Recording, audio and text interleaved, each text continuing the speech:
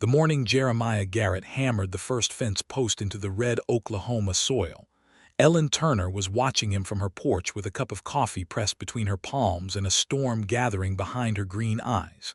She had risen before dawn as she always did, stepping out onto the warped wooden planks of her porch to greet the pale wash of light that spread across the prairie like spilled milk. The land was hers.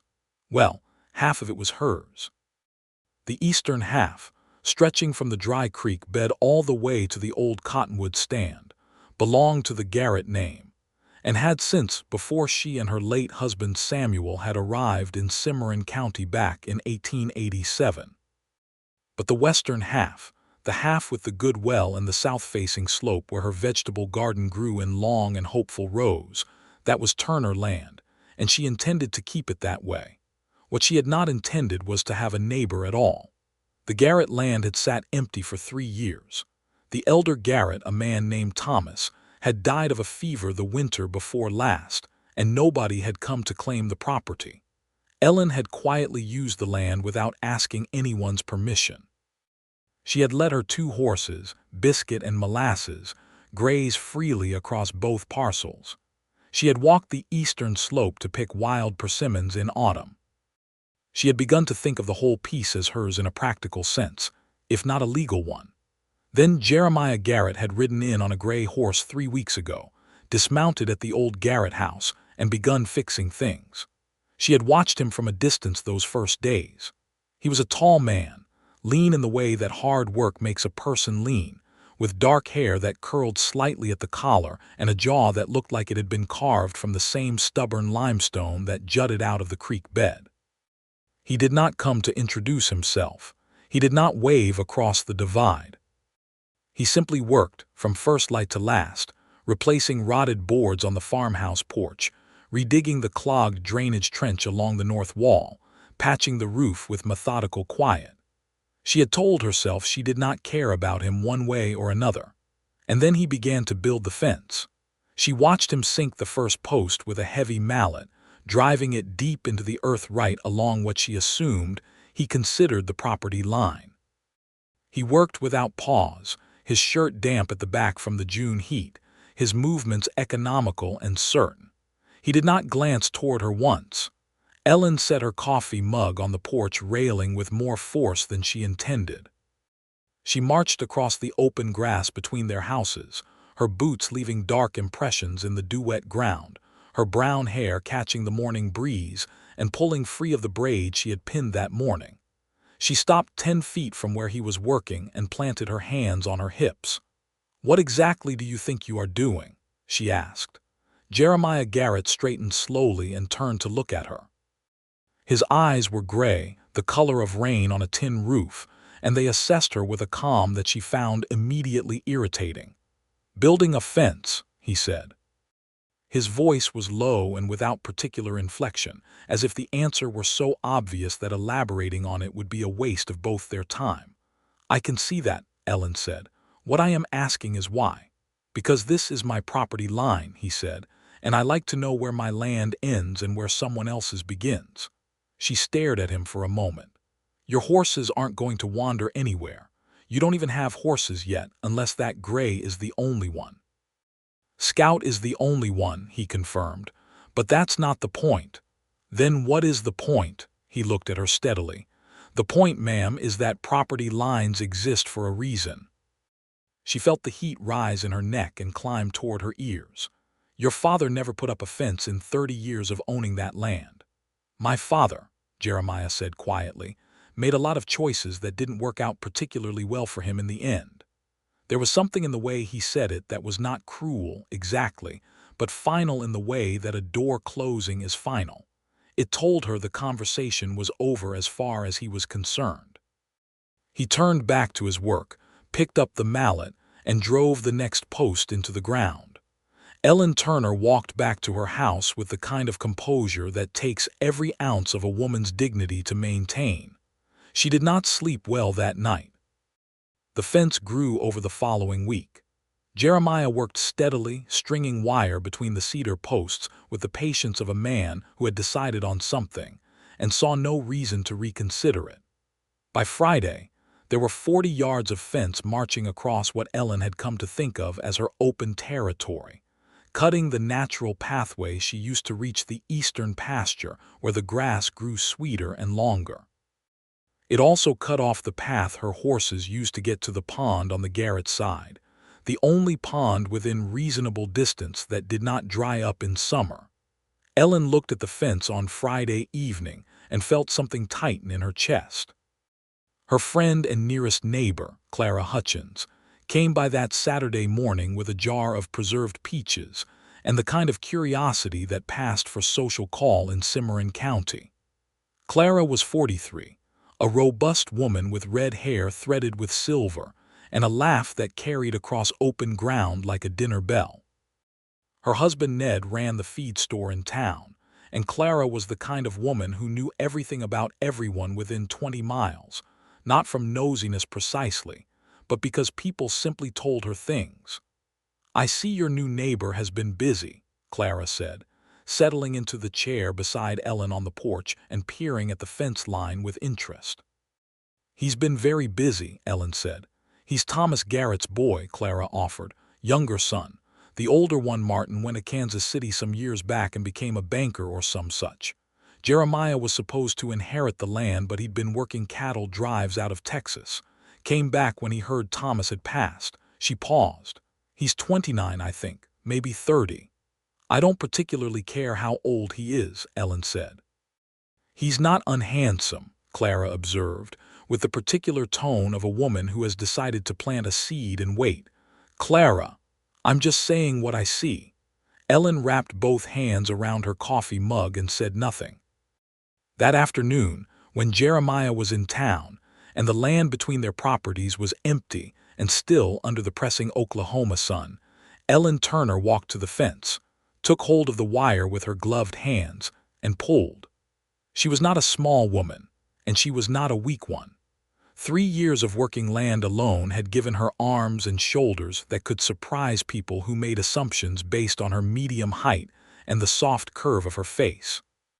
She pulled the wire from the first 3 posts, working it loose with methodical determination, and laid it flat in the grass.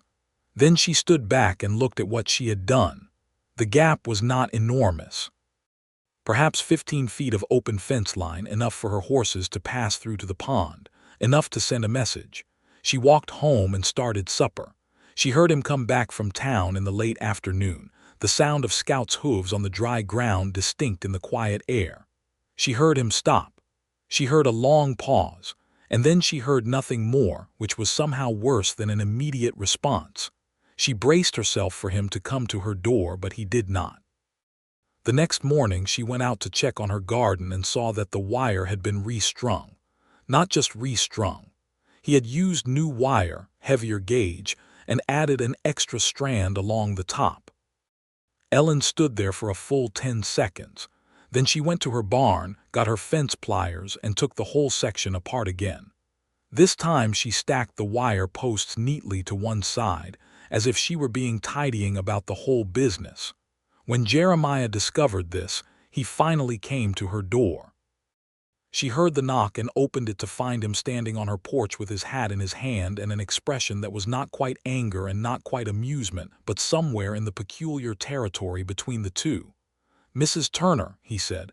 "Mr. Garrett," she replied. He looked at her for a moment. "You tore down my fence." "Yes," she said simply. "Twice," he added.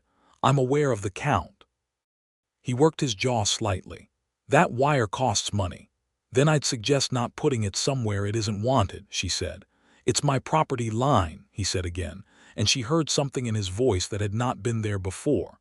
Not anger exactly, but a kind of weariness, as if he had had this particular kind of argument in some interior version before. "I have a right to mark it." "Your fence cuts off my horse's access to the pond," Ellen said. "That pond has kept my animals alive for 3 summers. Your father never minded." Jeremiah was quiet for a moment. He looked past her into the house, not impolitely, just as if he were thinking. "There's a gate," he said finally. "I can put in a gate. Your horses can still reach the pond." She blinked. That was not what she had expected him to say. "A gate," she repeated. "Yes," he said. A proper one with a latch, you'd have access. It solves your problem without removing the fence entirely. She studied his face. The gray eyes were patient, waiting. She could not find anything unreasonable in what he was offering, which annoyed her considerably because she had been prepared to continue the argument with vigor. "Fine," she said at last. "A gate." He nodded once, put his hat back on, and went back across the grass to his property. She closed her door and leaned against it for a moment with her eyes shut. She was 27 years old and had been a widow for 14 months. Samuel Turner had died in April of 1888, thrown from a horse during a spring storm, and the land and the debt and the daily labor of survival had all landed on her shoulders at once. She had managed it. She had managed it alone, with help from Clara sometimes and from the pastor's wife in town occasionally, but essentially alone. She had become accustomed to alone. She was not sure what to make of a man who offered a gate instead of a fight.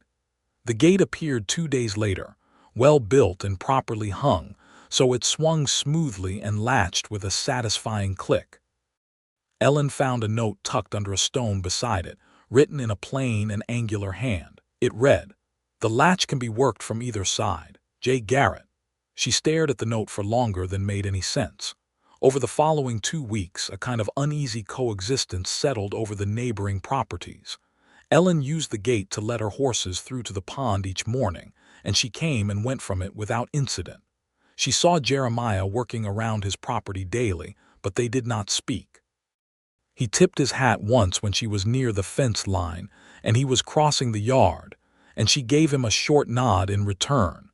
It was Clara who eventually forced the issue. "You should bring him something," Clara said on a Tuesday morning, sitting in Ellen's kitchen while Ellen rolled pie crust with more force than the dough strictly required. "A pie or bread. He's new here and he's been civil to you." "He built a fence through my grazing land," Ellen said. "He put in a gate," Clara said serenely. "That's practically a love letter in Cimarron County." "Clara, for heaven's sake." "Ellen." Clara set down her coffee and looked at her friend with the particular directness that was one of her best qualities and occasionally her most inconvenient one.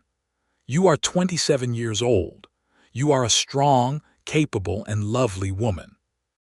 You have been working this land by yourself for over a year, and I know for a fact that last winter you cried into your pillow twice a week because you were so tired and so lonely. You told me so yourself." Ellen pressed her lips together and kept rolling. "He is a decent man from what anyone can tell," Clara continued. "He works hard. He's polite in town. He paid his bill at Ned's store without arguing the price, which puts him ahead of half the men in the county. And he built you a gate." "He built himself a fence," Ellen corrected, but her voice had lost some of its edge. "Bring him a pie," Clara said. "Just a pie. It doesn't have to mean anything more than being neighborly." Ellen made the pie that evening. Apple, because the dried apples she had put up last fall were still good and she had lard to spare. She added cinnamon and a pinch of nutmeg, and she crimped the crust edges carefully even though she told herself she was not trying to impress anyone. She carried it across the grass the next morning, while the air was still cool and the sky was that particular shade of early blue that made the Oklahoma prairie look almost gentle. She knocked on his door with her free hand, the pie balanced on her other arm. He opened the door and looked at her. He was in his shirt sleeves, his suspenders hanging loose at his sides as if she had caught him mid-morning, not fully settled into the day yet. His hair was slightly damp at the temples, as if he had recently washed his face. "Mrs. Turner," he said, and there was the faintest note of surprise in his usually level voice. "I brought a pie," she said. "Apple, as a gesture of neighborliness." He looked at the pie, then at her, and something shifted almost imperceptibly in his expression. Not warmth exactly, but the possibility of it, like a door opening just a crack to let in a sliver of light. "That's kind of you," he said. "Would you like to come in?" She hesitated for exactly 1 second too long, which she knew he saw. "All right," she said. His kitchen was sparse but clean. He had unpacked enough to be functional, but the house had the quality of a place where a man lives without particularly inhabiting it, where things are arranged for use rather than comfort. There were no curtains on the windows. There was a rifle mounted on the wall above the fireplace. There was a single wooden chair at the table, and a second one pulled back from the wall, as if he had recently thought to add it. She set the pie on the table, and he poured 2 cups of coffee from the pot on the stove without asking, which she found presumptuous, and then immediately decided to stop finding presumptuous. They sat across from each other at the table, and there was a silence that was not entirely uncomfortable. "Have you been working cattle drives long?" she asked, because Clara had mentioned it and because it was something to say. "Since I was 17, he said. "Worked the Kishom Trail twice, then the Western Trail after they extended it. Spent 3 years working for the XIT ranch up in the Panhandle." He wrapped his hands around his coffee cup. "It's a different kind of life than this." "Different how?" He considered the question with the seriousness he seemed to bring to everything. "Out on a drive, you know what you're doing every day," he said. "You're moving north, you're keeping the herd together, the objective is clear. Here," he paused, looking briefly at the window and the land beyond it. "Here you're building something, and it's harder to see what the shape of it is supposed to be when you're starting from scratch." She understood that, she realized, more than she would have expected to. "I know what you mean," she said quietly. "When my husband passed, I spent the first 3 months just trying to figure out what day it was supposed to be. Whether I was doing the right things in the right order. I kept waiting for someone to tell me what the shape of things was supposed to be." He looked at her directly then, and there was something in his gray eyes that was not pity, thank God, but recognition, like 2 people who have been through different roads to reach the same difficult place. "I'm sorry about your husband," he said. "I'm sorry about your father," she said. Another silence, but softer this time. "My father and I weren't close," Jeremiah said after a moment, as if he'd decided she deserved more than a polite deflection.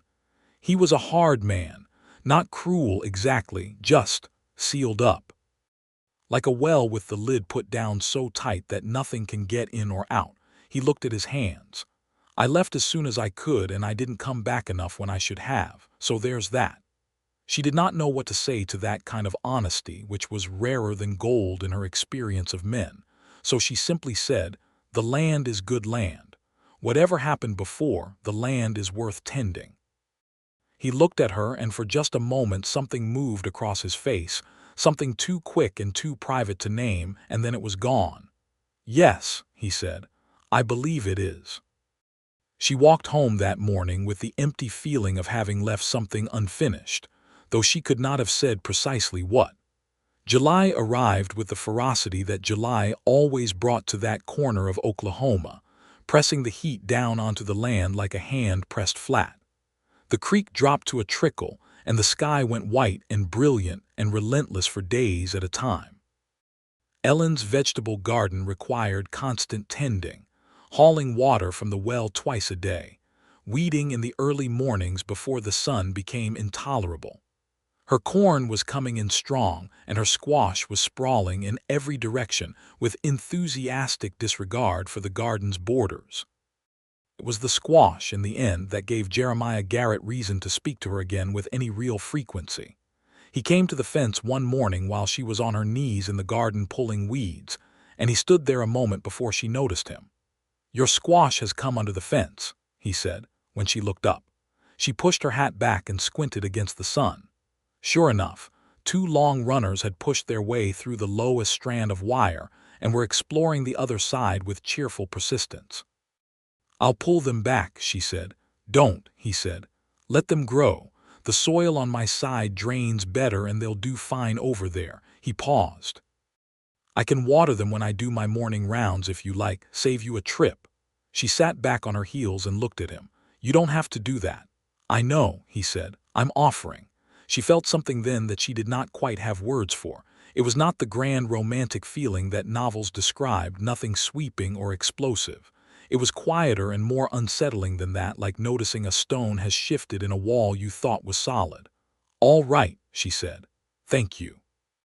He nodded and walked away, and she stayed on her knees in the garden for a long moment afterward, staring at the place where the squash runners had crossed the fence.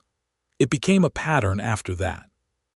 Small exchanges over the fence line or through the gate, sometimes no more than a few words about the weather or the condition of the well. He helped her when one of her fence posts on the far northern border came loose in a windstorm, arriving with tools before she had even gotten her own out of the barn, working alongside her without fanfare. She brought him bread when she baked, which she began doing with somewhat more frequency than strictly necessary. Clara watched all of this with visible satisfaction, and the discipline not to say too much about it, which was perhaps the greatest act of restraint Ellen had ever witnessed from her. In town, Ellen began to hear a little more about Jeremiah Garrett from various sources. Old Pete Dawson at the general store mentioned that Garrett had come in asking about seed prices and had seemed serious and knowledgeable about what he was doing. The blacksmith, a man named Huckabee, said Garrett had brought Scout in to be reshod and had stood quietly watching the process with the patience of a man who respected other people's trades. The minister's wife, Mrs. Carver, mentioned having seen him in church the previous Sunday, sitting alone in the back row, straight-backed and attentive. None of these pieces of information were particularly dramatic, but together they assembled a picture of a man who was careful and earnest and trying, in his quiet way, to make himself part of a place. She thought about that, riding home from town one afternoon in the long golden light of late July, Biscuit's hooves raising small puffs of dust on the dry road. She thought about a man who had grown up under a sealed-up father, and then gone to a life of constant movement, and who had come back to a piece of land that must hold as many complicated feelings as it held acres, and who built fences, she thought with wry self-awareness, maybe because he did not quite know how else to establish that he was real and present and meant to stay. She had torn the fence down, and he had smiled. She remembered that now more clearly than she had allowed herself to remember it at the time. It had not been a full smile, nothing expansive or easy. It had been a small thing, a fractional uplift at the corner of his mouth, quickly suppressed, that she had caught for just one instant when he had looked at the second gap in his fence before turning to come to her door. As if, somewhere beneath the determined propriety of the man, some part of him had found her defiance genuinely funny. She had not known then what to make of it. She was beginning to think she knew now. The real shift happened in August, on a Saturday afternoon when a summer storm rolled in from the northwest, with the speed and intention that Oklahoma storms seemed to specialize in. Ellen was in the south field when the sky went green at the horizon, and she ran for the house, getting inside just as the first sheets of rain hit the windows like thrown gravel. The storm lasted 3 hours, a rolling, bellowing thing that knocked 2 boards off her barn roof and took down a section of the old elm tree at the northwest corner of her property. When it passed, the air was clean and washed, and the sky went the color of a bruise healing into yellow and pink. She went out to assess the damage and found Jeremiah already at the barn, studying the fallen boards with a carpenter's eye. "You all right?" he asked when he heard her coming. "I'm fine," she said. "How's your place?" "Lost some shingles," he said. "Nothing that can't be fixed." He looked at the barn roof. "You need those boards re-nailed before tomorrow. Rain is supposed to come back." "I know," she said. "I'll manage it." He looked at her, and the gray eyes were direct and clear in the after-storm light. "I have no doubt you will," he said, "but it will go faster with 2. She looked at him for a long moment. The light was doing something beautiful to the sky behind him, all that bruised purple and gold, and he was standing in her barnyard with his hat in his hand and rain still damp on his shoulders, offering her help for the 3rd or 4th time without making it feel like charity or condescension, just making it feel like something you did for a neighbor. "All right," she said. "I'll get the ladder." They worked together for 2 hours, him on the roof with a hammer and her handing boards up and holding the ladder steady, and then climbing up herself to help with the last section. He did not tell her she didn't need to climb up. He simply moved over to make room. Working alongside him was easier than she would have predicted. He was not a man who filled silences with unnecessary words, which suited her perfectly because she was not either. When they did speak, It was practical and direct, and occasionally, when she made a dry comment about the particular personality of her uncooperative barn roof, his mouth would move in that small fractional way she was beginning to recognize as the nearest he came to a full smile. When they climbed down for the last time and stood in the fading evening light, she looked up at the patched roof with genuine satisfaction.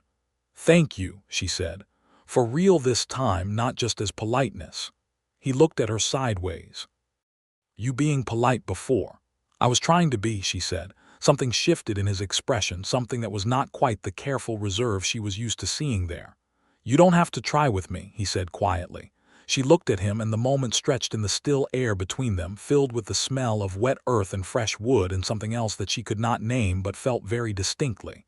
"I think," she said carefully, "that you should come to supper." He was quiet for a beat. "When?" "Sunday," she said, "after church." He nodded once the way he did when something was decided. "All right," he said. He walked back across to his property through the gate he had built, and she watched him go and then stood in her barnyard for a long while with her arms crossed and her heart doing something entirely unreasonable.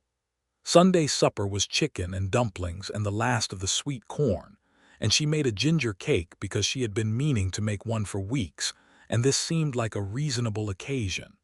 He arrived at 6 o'clock precisely, which told her something about him. He had changed his shirt and his hat was clean, and he brought a small bundle of wildflowers that she strongly suspected he had picked from the creek bank, though he said nothing about where they came from, simply handing them to her at the door with a quiet "evening." She put them in a jar on the windowsill and did not make a fuss about it. Over supper, they talked more than they had before, not about practical matters, but about other things. He told her about the cattle drives, the enormous herds crossing the rivers at flood stage, the particular nightmare of a stampede in the dark, the strange beauty of 1,000 miles of open country seen from horseback.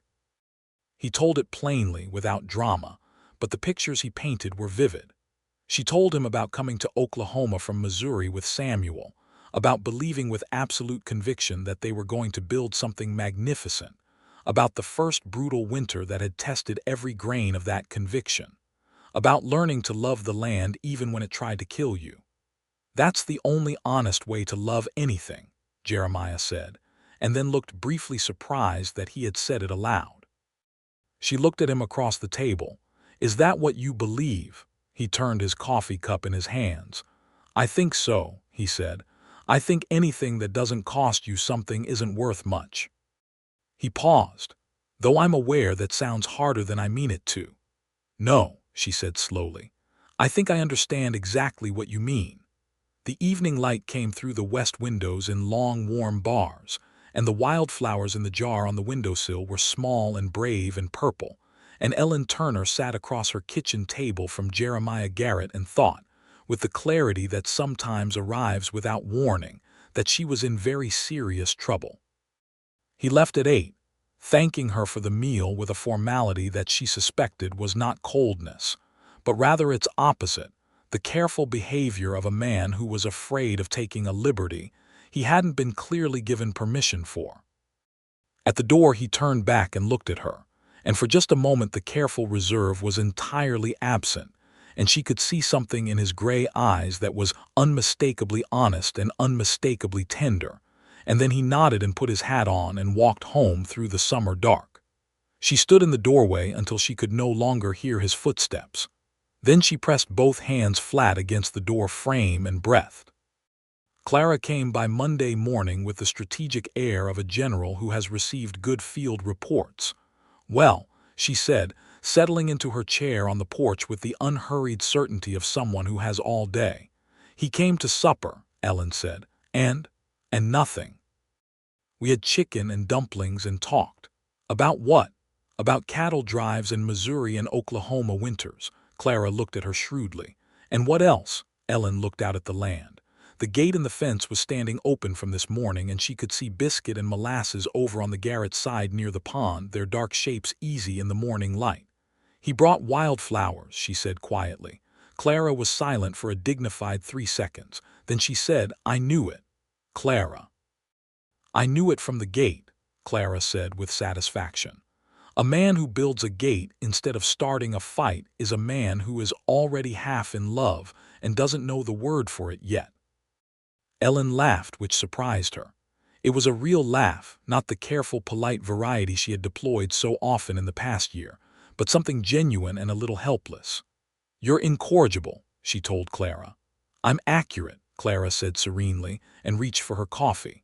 What Clara had not known, what Ellen herself was only beginning to understand, was how quickly things can move when two people who are both fundamentally honest stop trying to pretend that they are not attracted to each other.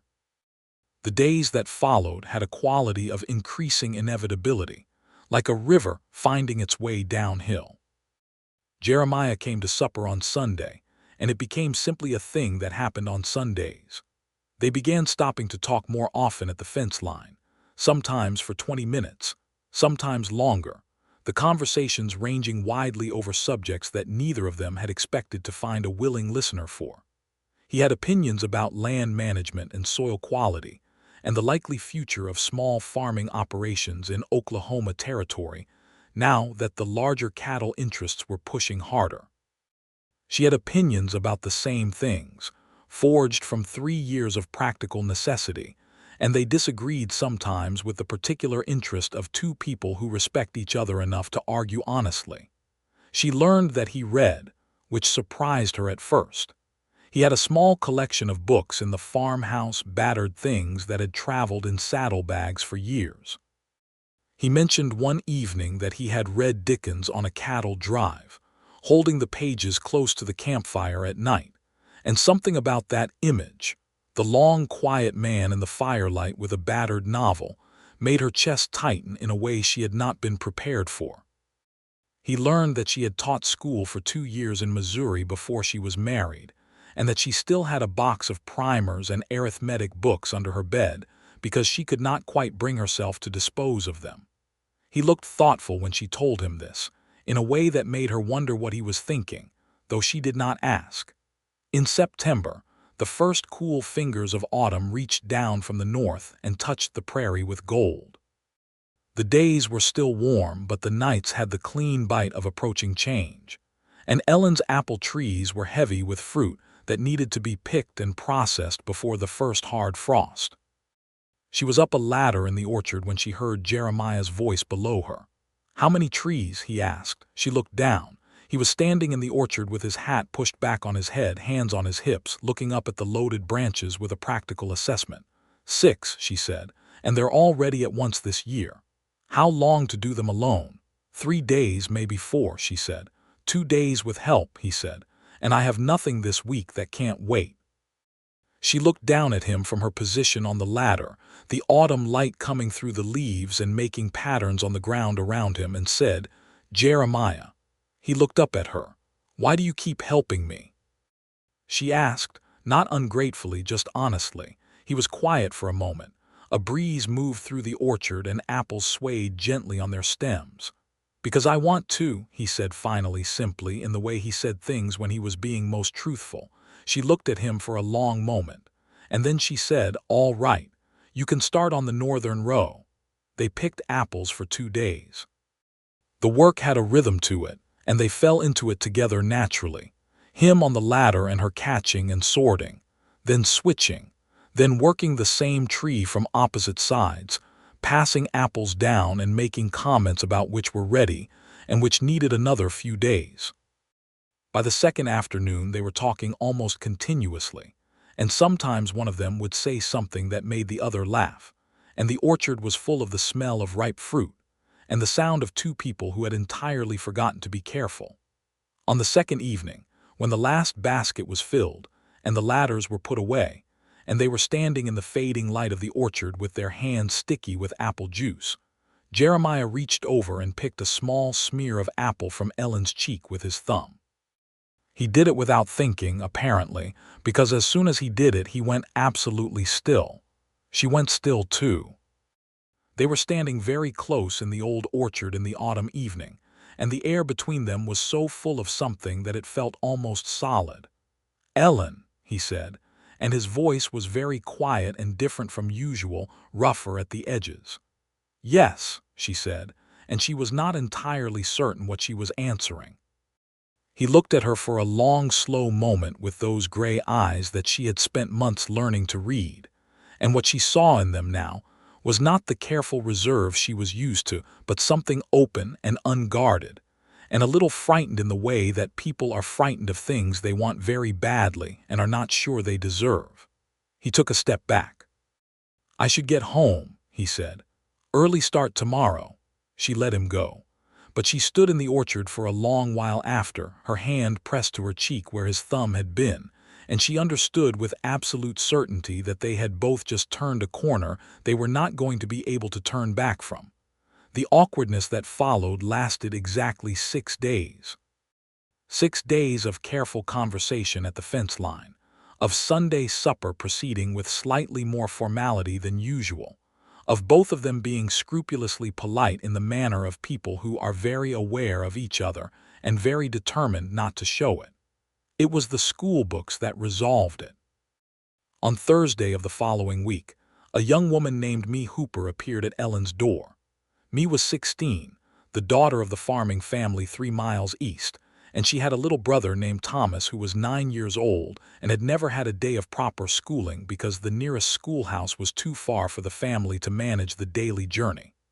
Mrs. Turner, Mee said, I heard you used to teach, and I was wondering if you might have any books Thomas could borrow so I could try to teach him myself. He's bright, ma'am. He just needs some starting point. Ellen invited her in and went and got the box from under the bed and spent 2 hours with me going over the basics of how to use the primers and the arithmetic cards. When Mee left with the box under her arm, her face was luminous with purpose. Ellen stood in her empty kitchen thinking about Thomas Hooper, who was 9 years old and bright but had no school to go to. And then she thought about several other children she knew of in the same circumstance. And then she thought about the things Jeremiah had said about what the Oklahoma Territory needed to become something. She walked across to his house without quite deciding to. He answered the door and saw her face and stepped back to let her in without waiting for an explanation. She sat down at his kitchen table and told him what she was thinking. A school. Not a building yet, she didn't have resources for a building. But a teaching day, 1 day a week, rotating between the larger farmhouses. The Hooper children, the Dawson children, the 3 families along Miller's Creek who had children the right age. She knew the curriculum. She had the books. He listened to all of it with his elbows on the table and his hands folded and his full attention on her face.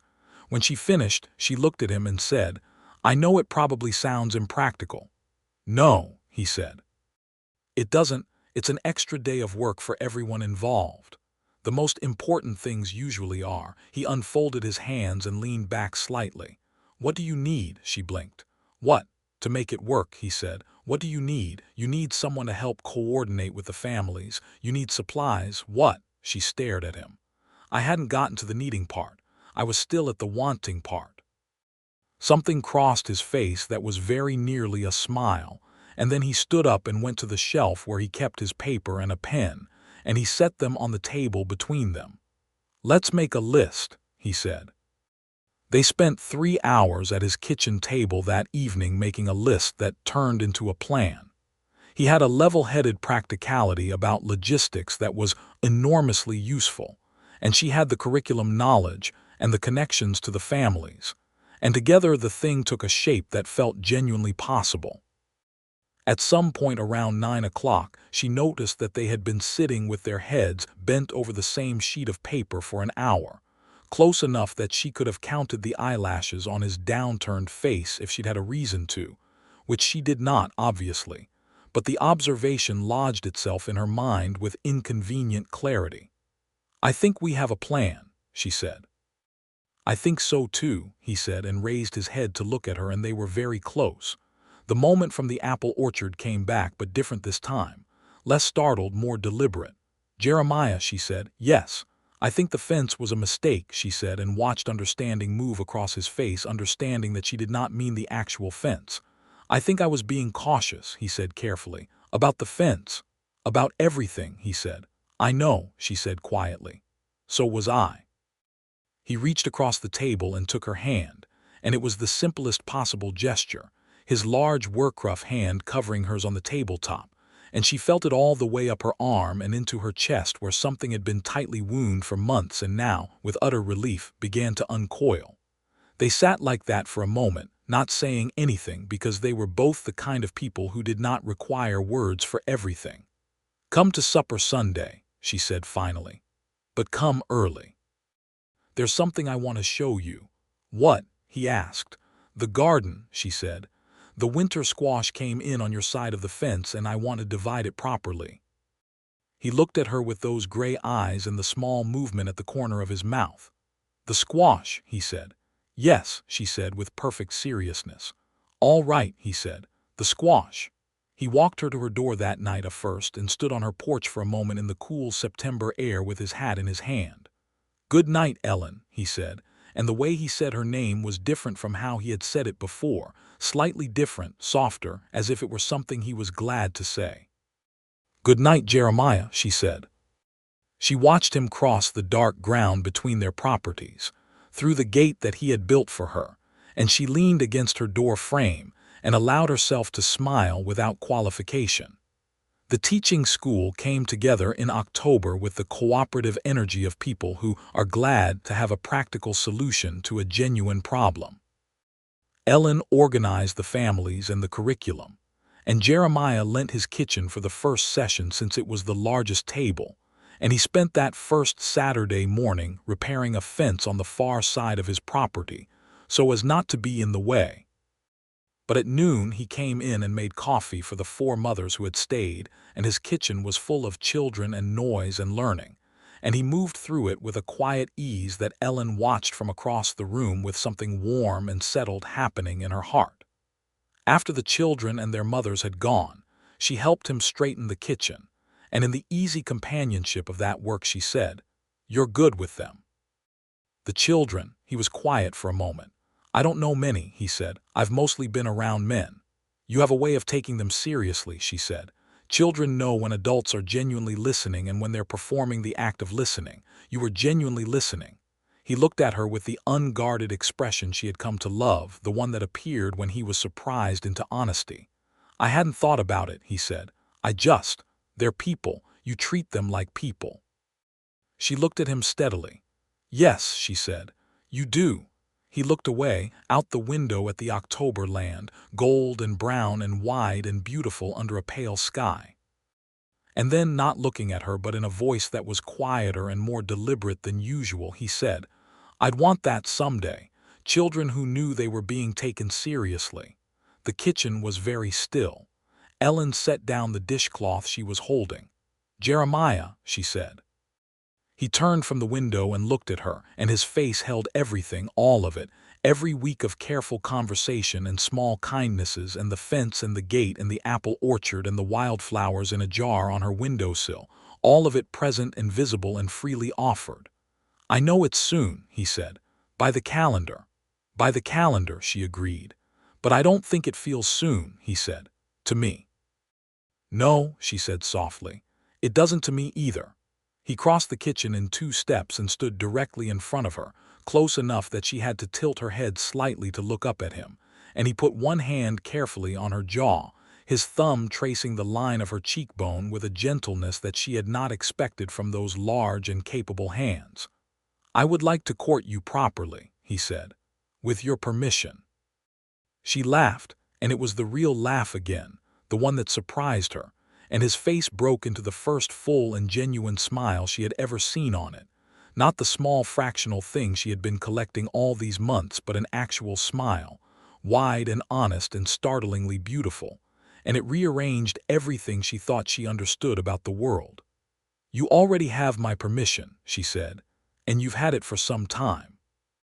He kissed her once, soft and careful and deliberate, and then rested his forehead against hers for just a moment.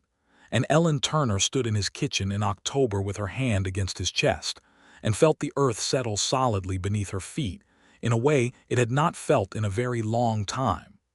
Courting, they discovered, suited them both because it was essentially what they had already been doing, with the enormous relief of honesty added to it. He walked her to church on Sunday mornings and sat beside her in the pew with a formality that made Clara Hutchins press her lips together in enormous satisfaction. He stopped by in the evenings when the day's work was done, not every evening but many of them, and they sat on her porch in the cooling autumn air and talked, or sometimes simply sat in a comfortable quiet that she had stopped being surprised by and started being grateful for. He brought her things without making a ceremony of it. A new hinge for the barn door that he had noticed was sticking, a particular kind of wire that would work better for the garden border. A small and somewhat battered book of poetry that he had found packed in his father's things, which he thought she might like. She opened the book and found Thomas Garrett's handwriting in the margins, brief notes that were not cold at all but private and wondering, a man who had apparently loved language in the interior of himself and kept it locked there. She looked up from the pages and saw something complicated on Jeremiah's face. "He kept this hidden," Jeremiah said. "I didn't know." She reached out and covered his hand with hers. "You know now," she said. He turned his hand over and held hers, and they sat with that for a while. The day he asked her to marry him was in November, when the first real cold had settled over the prairie, and the sky was the color of iron, and the land had gone brown and bare and beautiful in its starkness. He had been helping her winterize the root cellar, carrying the last of the stored vegetables down the narrow steps and arranging them in their bins, and when they came back up into the cold air, he stopped her at the top of the cellar steps and took both her hands in his. "Ellen," he said. She looked up at him. The iron sky was behind him, and the cold air smelled of wood smoke from a neighbor's chimney somewhere distant, and she knew what was coming with the certainty of someone who has been paying very close attention. "Will you marry me?" he asked. "I don't have a ring to show you right now. I intend to get one from Becker's in town, but I didn't want to wait another day to ask." She looked at him for a long moment. His gray eyes were steady and serious and hopeful all at once, and his hands around hers were warm against the November cold. "Yes," she said, "I will." He exhaled, and the breath came out in a small visible cloud in the cold air, and she realized that he had been holding it, that the absolute certainty that she associated with him had in fact been concealing a very human degree of nervousness, and that realization made her love him so sharply and specifically that it almost hurt. He pulled her close and held her for a moment with his face turned toward the cold sky, and she pressed her hands flat against his back and felt his heartbeat against her chest, strong and steady and faster than usual. "Good," he said, into the air above her head. "Good." She laughed, which made him laugh, the full sound of it new and surprising and exactly right, and they stood in the cold November light outside the root cellar of her farm and held each other and laughed, which was not the conventional picture of a proposal but felt entirely true to who they were. They were married in December, in the small church in Cimarron that smelled of pine boughs and candle wax, with Clara Hutchins weeping openly and Ned Hutchins patting her arm with the resigned affection of a man who has been married to a crier for 20 years. The minister, old Pastor Carver, performed the ceremony with a warmth that suggested he found the whole business thoroughly satisfying. Jeremiah stood at the front of the church with Scout tied to the post outside, and his best coat brushed clean and his gray eyes fixed on Ellen as she came down the short aisle on the arm of Pete Dawson from the general store, who had volunteered for the honor with touching eagerness. Jeremiah watched her come, and his face held everything again, all of it visible and freely given, and she felt that same settling feeling in her chest, that deep and quiet rightness. She wore her best dress, a green wool that she had made the previous year, and which Clara had helped her alter so the collar lay better, and she carried a small bunch of dried wildflowers tied with ribbon, because December did not offer fresh ones and she wanted flowers anyway.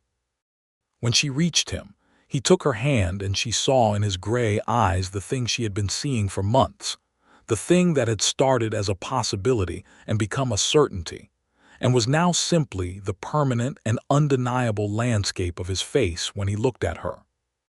Pastor Carver read the words and they said the words back.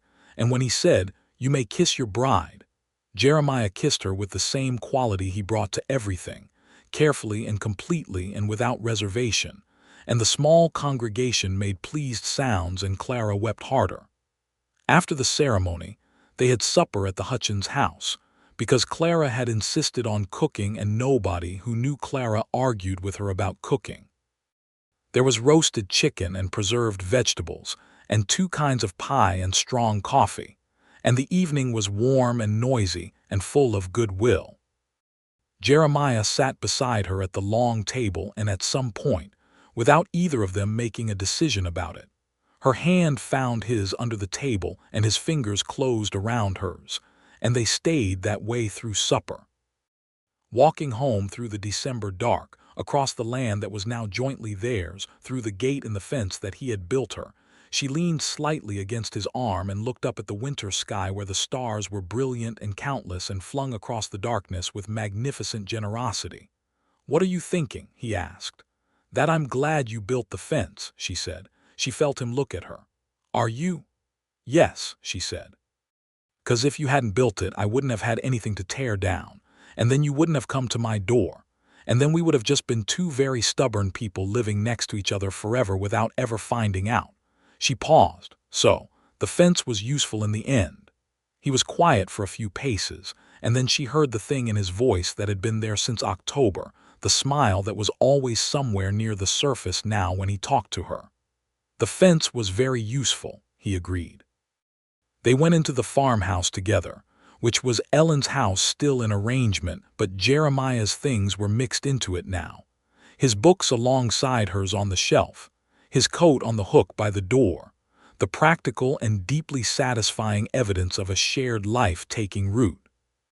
He built a fire while she made tea, and they sat together in the firelight, and outside the December wind moved across the prairie, and the stars burned cold and brilliant, and the land held the memory of everything that had grown on it and the promise of everything that would grow on it still.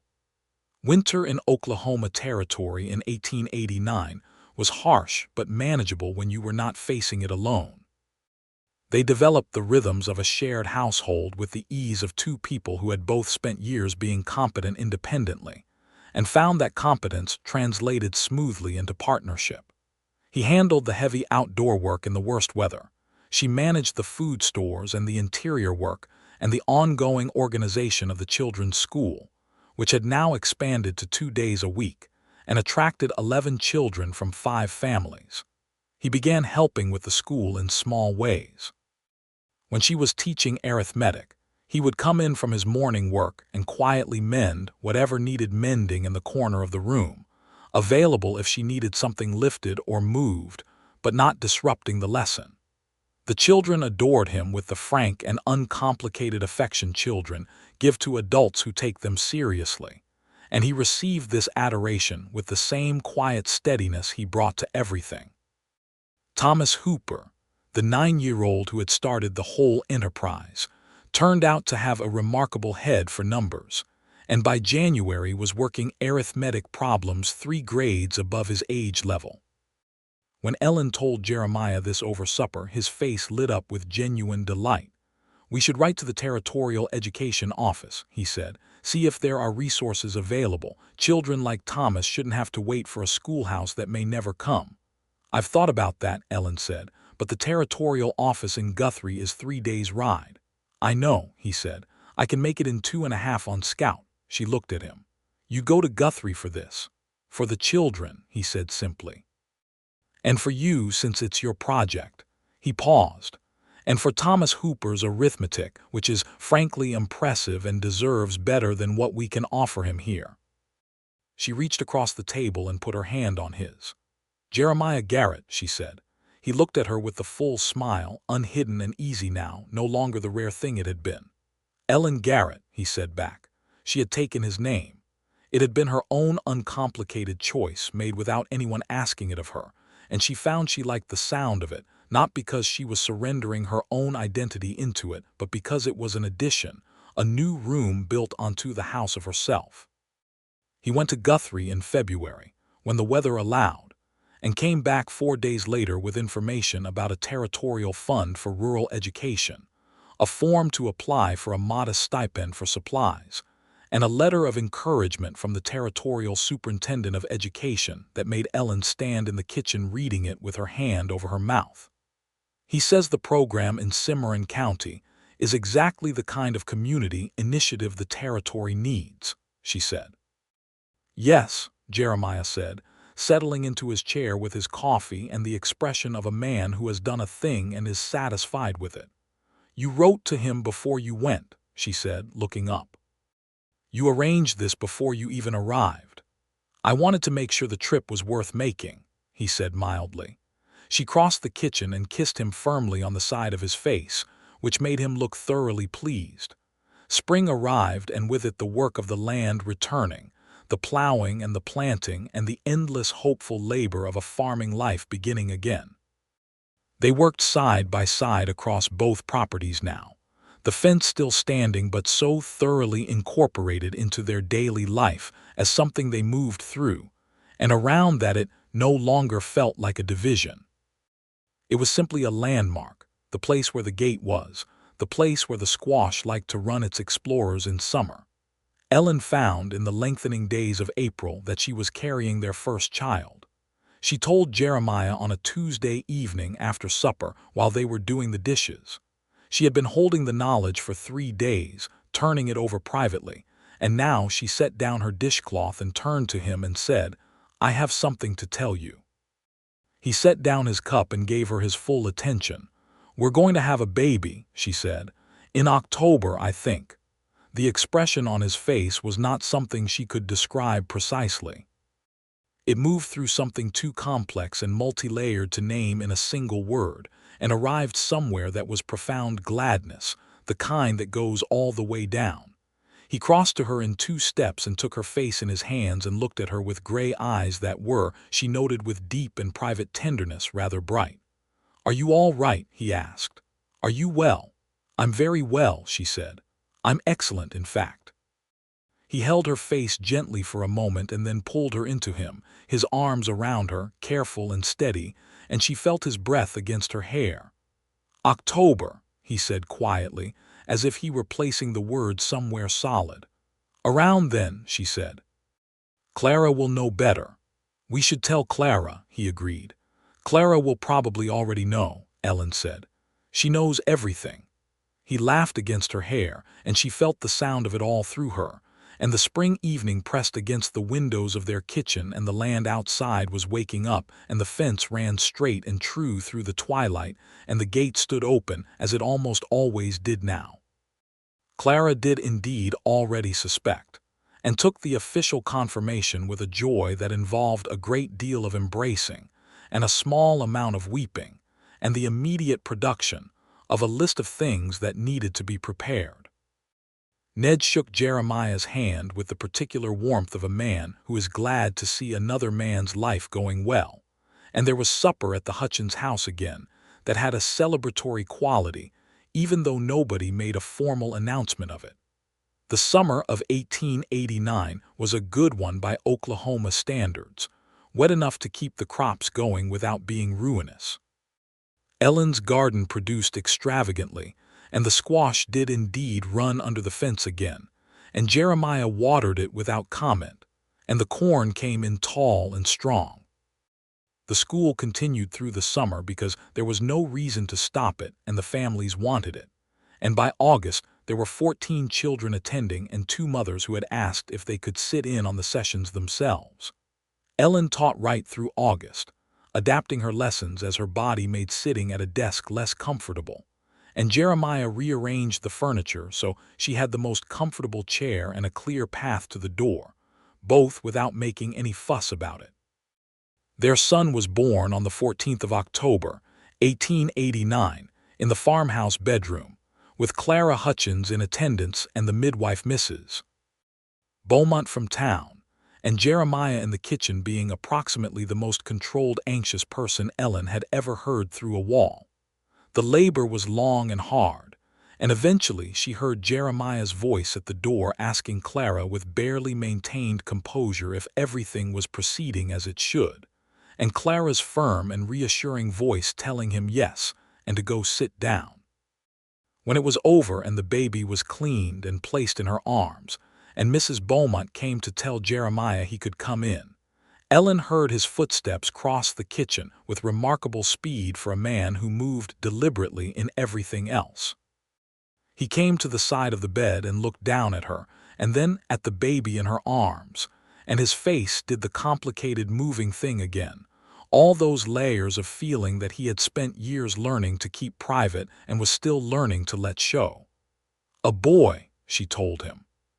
He sat on the edge of the bed carefully, and she put the baby into his arms, and Jeremiah Garrett held his son for the first time with the same quality he brought to everything, with absolute attention and great care, and he looked at the small and extraordinary face with those gray eyes, and Ellen could see him, at that moment, becoming something he had not been before.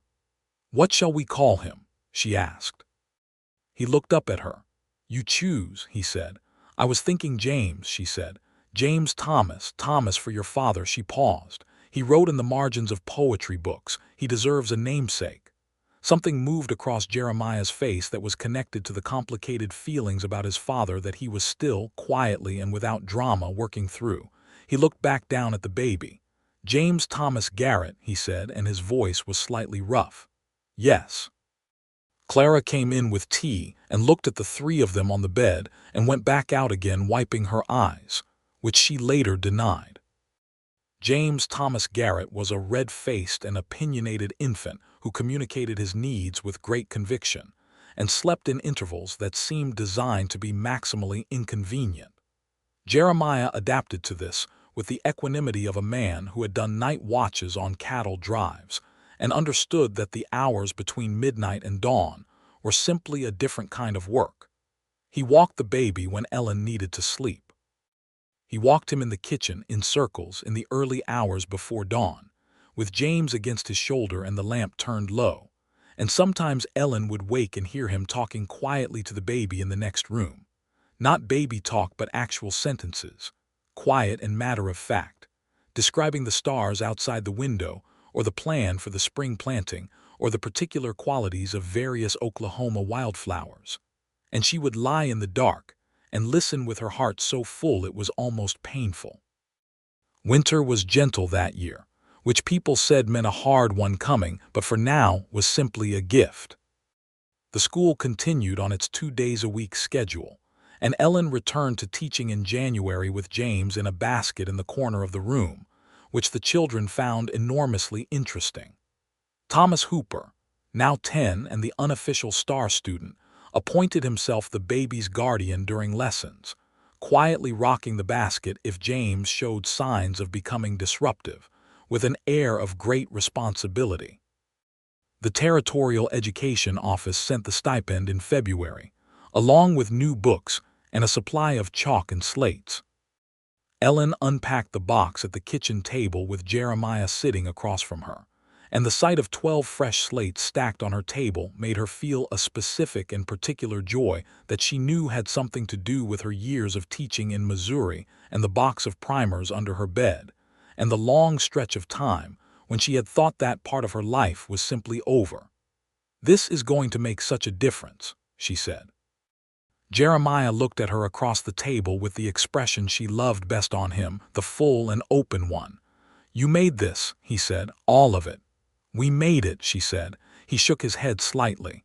"The idea was yours, the organizing was yours. I went to Guthrie and carried boxes. You believed it was worth doing," she said. "You treated it like it mattered from the first evening I told you about it. Do you know how rare that is? For someone to simply receive what you're hoping for and say, 'What do you need?' instead of 'Is that practical?'" He looked at her steadily for a moment. "You would have done it anyway," he said, "with or without me." "Yes," she said honestly, "but it's better with you."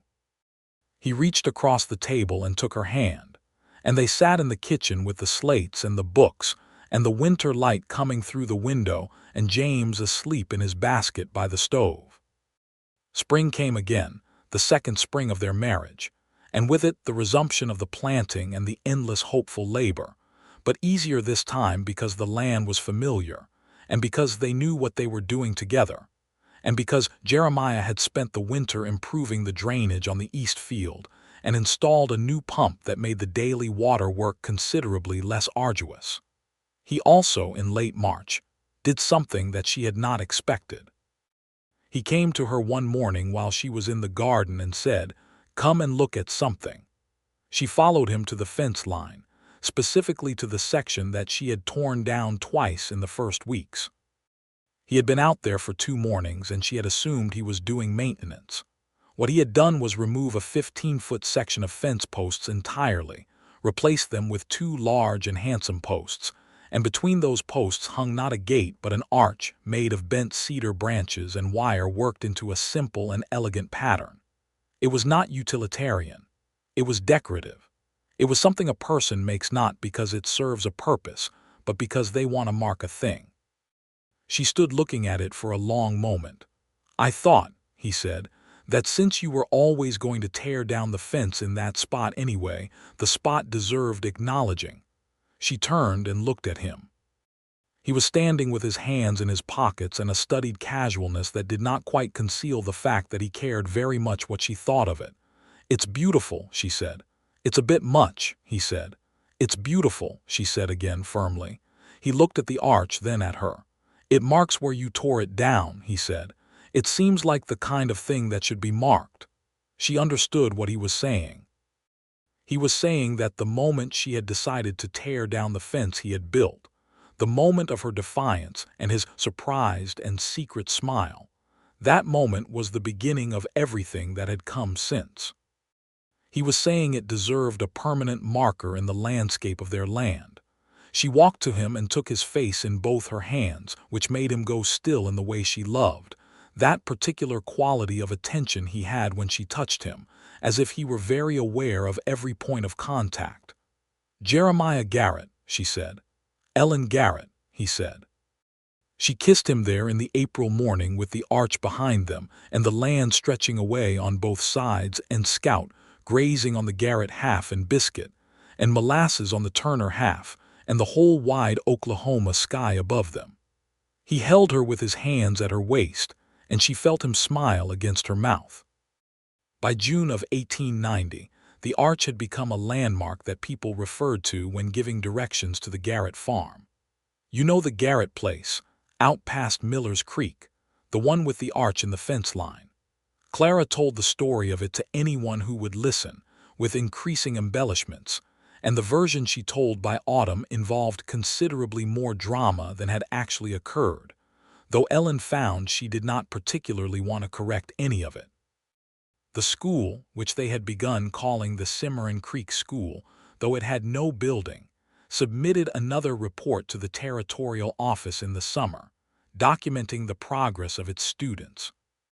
Thomas Hooper's mathematics work was cited specifically, and the territorial superintendent wrote back to say that if the territory should proceed toward statehood, which many believed it would within the decade, programs like this one would be essential to the shape of the new state. Ellen read that letter 3 times and then put it carefully in the box where she kept the important papers. "The shape of the new state," she said at supper. "Oklahoma will be a state," Jeremiah said. "Maybe not this year or next. But it will. And this school will be part of what it was built on," she said, with a conviction she had not expected to feel so strongly. He looked at her with a familiar steady warmth. "Yes," he said, "it will." James at 9 months was mobile in a way that required constant vigilance. He pulled himself to standing along the furniture and regarded everything in his reach as an invitation, which led to several educational encounters with the dog's water dish, the lower shelf of the pantry, and a quantity of flour that Jeremiah discovered and cleaned up before Ellen saw it. An act of preventive diplomacy that she only learned of from Clara, who had heard it from Ned, who had heard it from Jeremiah himself at the feed store, apparently in a tone of resigned amusement. "You cleaned up a flour disaster and didn't tell me." She said, "There was nothing to tell," Jeremiah said. "It was cleaned up. You did it so I wouldn't worry. You were teaching." She pointed at him with her spoon. "Jeremiah." He looked back at her with perfect composure. "Ellen, you are infuriatingly reasonable," she said. "Is that a complaint?" She thought about it. "No," she said, "but I reserve the right to find it infuriating." "Noted," he said, and turned back to his supper with the small hidden smile that she had once had to catch in a fraction of a second, and could now watch develop at her leisure. Autumn came again, the second autumn of James's life, and he took his first steps on a Saturday morning in October, while Jeremiah was sitting on the kitchen floor mending a harness, and Ellen was at the table writing out lesson plans. James had been standing against Jeremiah's knee, and then, with the particular expression of someone who has decided to commit to something, he took 3 steps across the kitchen floor and sat down hard with an expression of great surprise. Both of them looked at each other across the kitchen. "Did he just—" Ellen started. "Yes," Jeremiah said. James looked up at both of them from the floor and said, with great confidence, something that was not a word but was clearly intended as commentary. "Yes," Ellen agreed solemnly. "That was very impressive." James grinned and showed his 6 teeth. Jeremiah looked at his son and his wife and the kitchen and the morning light and the lesson plans on the table and the harness in his hands, and his face was as open as she had ever seen it, no guardedness at all, just Jeremiah Garrett looking at his life and finding it more than he had known to hope for. She saw it. She always saw it, even when it was small and quick. It was one of the things she had become best at in the world. That winter they talked, in the long evenings after James was sleeping, about the future with the expansive and grounded quality of people who have secured a foundation and are now able to think about what to build on it. Jeremiah had a notion about expanding the East Field into wheat, which he thought would serve them better in the long run than the corn they had been rotating. Ellen had been thinking about the school more formally, about applying to the territory for official recognition, which would bring more resources but also more accountability. He supported the school idea without reservation, though he said, with characteristic directness, "You'll have to manage the paperwork yourself because I'd lose my mind inside a month of that level of correspondence." "I know," she said. "I'm not asking you to manage it, I'm telling you what I'm thinking." "Good," he said. "Tell me what you need." She shook her head. "That's what I mean," she said. "You always say that. What do you need?" He looked at her. "Should I not?" "You should," she said. "I'm saying it's remarkable, that's all." He was quiet for a moment. "My father never asked my mother what she needed," he said, and it was the most he had said about his parents' marriage in all the time she had known him. "I watched her spend 30 years being capable at everything and having no one acknowledge it. I thought it was just the way things were. Then I met you and I thought, no, that's not how it has to be." The fire crackled in the hearth and James was asleep in the next room, and the winter prairie was dark and still outside the windows, and Ellen sat with what he had said. "Your mother sounds like she was a strong woman," Ellen said. "She was," he said. "She died when I was 12, and I think it was partly from never being rested." She moved to sit beside him on the bench, and he put his arm around her, and she leaned into him with the ease of long habit and the perpetual freshness of choosing to. "We won't do it that way," she said. "No," he agreed. "We won't." James turned 2 in October of 1891, a fact that seemed both impossible and inevitable, and the occasion was marked by a small gathering of families from the school, whose children were now firmly established as James's social world, which he navigated with an extroversion that seemed to come from somewhere other than either of his parents. He had Jeremiah's gray eyes and Ellen's determination, and some quality entirely his own that expressed itself as a cheerful and relentless engagement with everything around him. Ellen was expecting again by Christmas, a discovery they received with the same quality of profound gladness as the first time, seasoned now with the practical confidence of people who have done this before and know more of what they are doing. Jeremiah's reaction, this time, was marginally less anxious and considerably more tender, if that was possible, and he told her, the morning after she told him, that he had spent some time thinking about the fact that she had agreed to marry him and made him a father and built a school and managed 200 acres and was currently growing another person, and that he was not sure he had ever adequately conveyed his appreciation for all of this. She looked at him across the breakfast table.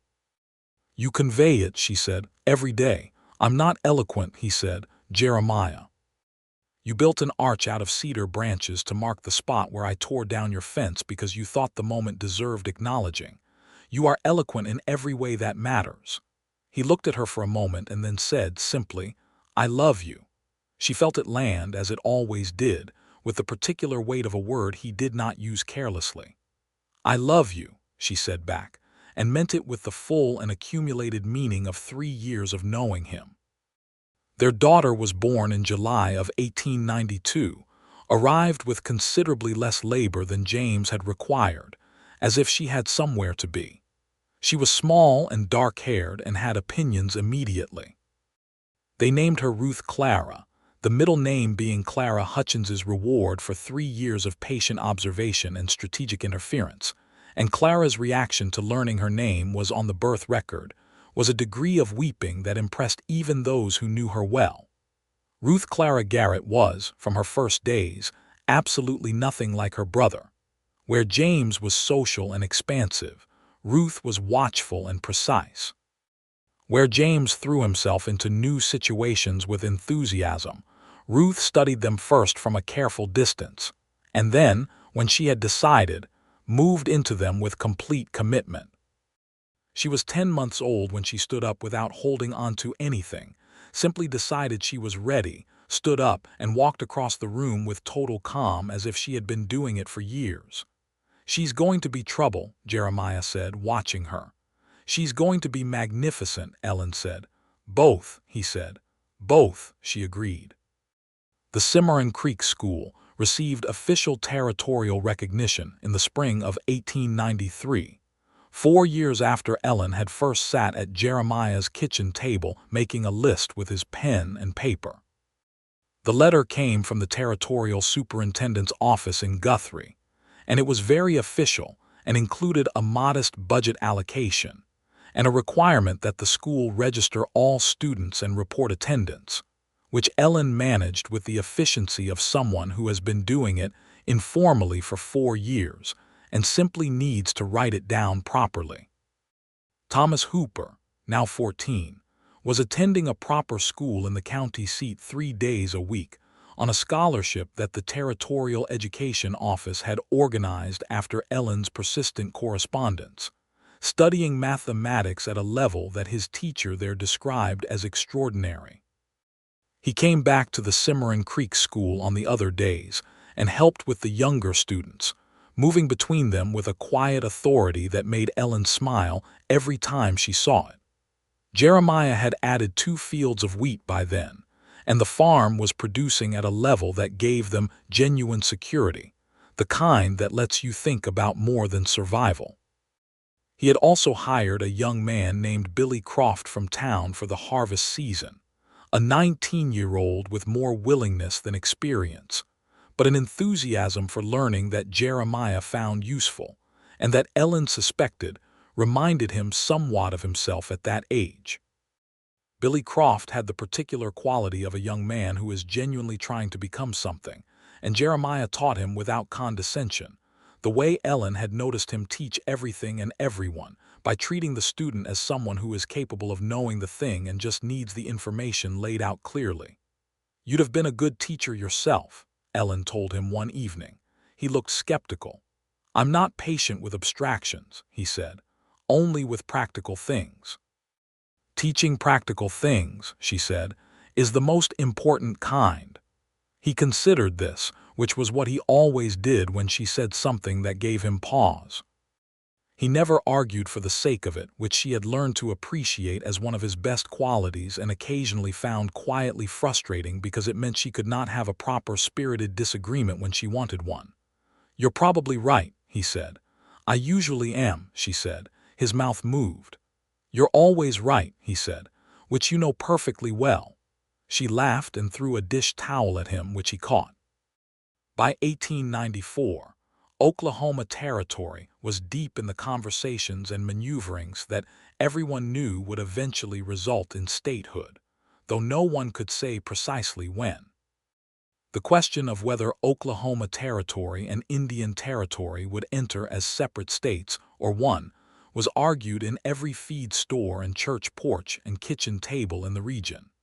Jeremiah had opinions about this that were carefully considered, and which, when he expressed them at the quarterly meeting of the county's farming cooperative, tended to shift the tone of the conversation toward practicality and away from the more emotional registers. Ellen, for her part, had been corresponding with women in other parts of the territory who were running similar informal schools, and had begun to think about what an organized network of such schools might accomplish, and what role women might have in shaping the educational policy of a future state. She did not say any of this broadly yet, because the territory was still a place where the shape of things was not settled, but she said it to Jeremiah in the evenings, and he listened with the complete attention she had come to rely on as one of the fixed points of her life. "Wyoming gave women the vote when it was still a territory," he said once, during one of these conversations. "I know," she said. "Oklahoma could do the same when it comes to statehood," he said, "if the right people are arguing for it." She looked at him. "Are you suggesting I argue for it?" "I'm saying the right people are the ones who know the most about what it would mean," he said, "and you know more about what it would mean for women in this territory than anyone I can think of." She thought about that for a long time after. The fence between their properties still stood, maintained and weathered and entirely integrated into the landscape of their farm. The arch marked the gap where Ellen had torn it down twice in the first week. Cedar and wire shaped into a thing of beauty by Jeremiah's hands, and in summer the wild roses that grew along the creek bank had sent runners up the arch posts and now twined through the cedar in June, with small pink flowers that smelled clean and sweet in the evening air. James, at 5, had decided that the arch was a specific and magical object, and had theories about it that involved a certain amount of invented mythology, none of which his parents corrected. Ruth, at 3, had learned to work the gate latch, which meant that the horses could no longer be relied upon to stay on either side of the fence without supervision. "Your daughter figured out the gate," Jeremiah told Ellen one morning. "Our daughter," Ellen corrected. "My daughter when she figures out the gate latch," he said, "and your daughter when she eats the top off the ginger cake." Ellen pressed her lips together against a smile. "She learned that from you." "She did not. You eat the top off everything." He looked at her for a moment, and then conceded this with a slight inclination of his head that was too dignified to be called sheepish, but was clearly in that direction. Spring of 1895 brought the news that the Hooper family was moving to the county seat, where Thomas had been offered a position at the school as a junior instructor's assistant, contingent on his continuing his own studies. Ellen received this news with pride that felt genuinely maternal, though she was only 15 years older than Thomas and had been his teacher for 5 years. She went to say goodbye to the family, and Thomas, who was 16 now and 6 feet tall and still had the same quality of precise bright attention that she had recognized when he was 9, shook her hand with both of his and said, "Mrs. Garrett, I want you to know that everything I am able to do starts with you finding those books under your bed." She was not going to cry. She was absolutely not going to cry. She cried on the way home, which Jeremiah received without comment, simply handing her his handkerchief at the gate and walking beside her to the house. "He'll be fine," Jeremiah said. "I know," she said. "That's why I'm crying." He put his arm around her shoulders, and they walked through the arch and across the yard, and she pressed the handkerchief against her eyes and felt both the sadness of good things ending and the satisfaction of having been part of why they could begin again somewhere else. That evening, when the children were in bed and the house was quiet, she sat with Jeremiah on the porch in the warm May dark and leaned her head on his shoulder and thought about 9 years old and flower disasters and apple orchards and arches made of cedar and the particular gray of his eyes in firelight. "Do you ever think about what you would have done," she said, "if I hadn't torn down the fence?" He was quiet for a moment. "Yes," he said. And I think I would have found another reason eventually," he said. I was already looking for one. She lifted her head to look at him. Were you? The smile was there, the full one, easy and unhidden, the one she had first seen in October of 1888, and that still, after all these years, rearranged something in her chest when she saw it. The pie, he said. I was going to find an excuse involving the pie eventually, but you were faster. She laughed and put her head back on his shoulder, and he held her close. And the Oklahoma night spread wide and dark and starlit around their house and their land and their fence with its arch of cedar and wild roses. And the sleeping children who would grow up to know that this piece of ground had been loved into something, tended and argued over and shared, and shaped by two stubborn and earnest people who had found each other across a fence line and built something that held. The years settled into the good and ordinary rhythm of a life that is exactly what it should be. James started at the school in town and came home with the fierce opinions of an 8-year-old about mathematics and history and the general unfairness of assigned seating. Ruth, at 6, began attending the Cimarron Creek School under Ellen's instruction, which proved to be a particular exercise in the management of a child who understood exactly how her mother's patience worked and knew precisely how far she could push it. She's testing you, Jeremiah observed one evening. I know, Ellen said. She has been testing me since she was 4 months old. She's going to be a lawyer, he said, with the calm certainty of a man who has been studying his daughter's qualities for 6 years. Ellen looked at him. In 1895. In 1920, he said, or whenever it happens, she's going to be a lawyer. Ellen thought about this and found she believed it completely. Billy Croft, their seasonal farmhand, had become over the years a genuine fixture, returning every harvest season and staying increasingly long afterward. He was 23 now and had the quiet competence of someone who has learned well, and Jeremiah trusted him with the second field operations in a way that freed Jeremiah up to turn his attention to the cooperative and the county farming meetings, where he had become a voice people listened to. The farm was prosperous by the standards of Cimarron County in 1895, not wealthy by the standards of the cattle barons or the speculators who had been moving through the territory, but solid and real and sufficient for everything they needed, and some of what they wanted. The house had 2 extra rooms built on since they had married, proper windows with proper curtains, a new stove, and shelves for books that were increasingly well populated. Clara Hutchins had recently turned 60 and showed absolutely no sign of being impeded by this. She came by every week with the same regularity as weather and was as essential to their life. Her red hair was more silver than red now, and she moved a little more slowly on the icy winter days, but she had the quality of someone who intends to remain entirely themselves for as long as possible.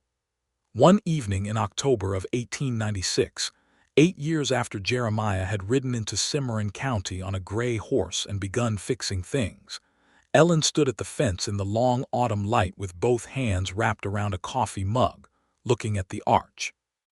The wild roses were done flowering for the season, and the cedar had gone from green to a dusty silver green that was very beautiful in the slanted light. The gate stood open. It almost always stood open. She heard him coming behind her, his footsteps on the dry grass, and did not turn around until he was beside her. 8 years, she said. 8 years, he confirmed. And you're still here, she said. He looked at her with the gray eyes that she knew as well as she knew her own hands. Where would I go, he said. It was not quite a question. I don't know, she said. The cattle drives, Texas, Kansas City. No, he said simply. He looked at the arch. You tore down my fence. I did. And I smiled, he said, and she heard in his voice the amusement and tenderness and long-accumulated love that 8 years of daily living together creates, something richer and stranger and more sustaining than the bright first feeling, something that does not burn but endures. I saw, she said. I've always seen. He put his arm around her, and she leaned into his side, and they stood together at the arch in the October evening, looking at the land that was theirs and that they had been good to and that had been good to them in return, the way land can be when people meet it with honesty and patience and care. In the farmhouse behind them, James was doing his arithmetic homework at the kitchen table with the focused intensity of a child who has discovered he is good at something and wants to be better.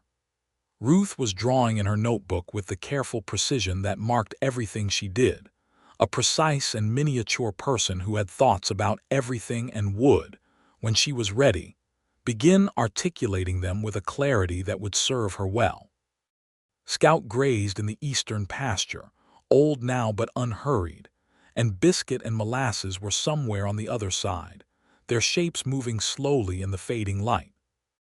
The arch stood in the gap where the fence had been torn down, cedar and rose and wire, marking the place where two stubborn and earnest people had stopped being cautious and started being honest, where defiance had been met with a smile, where the distance between two adjacent lives had been crossed not by erasing the line between them but by opening a gate through it, and then, in time, building something beautiful at the opening.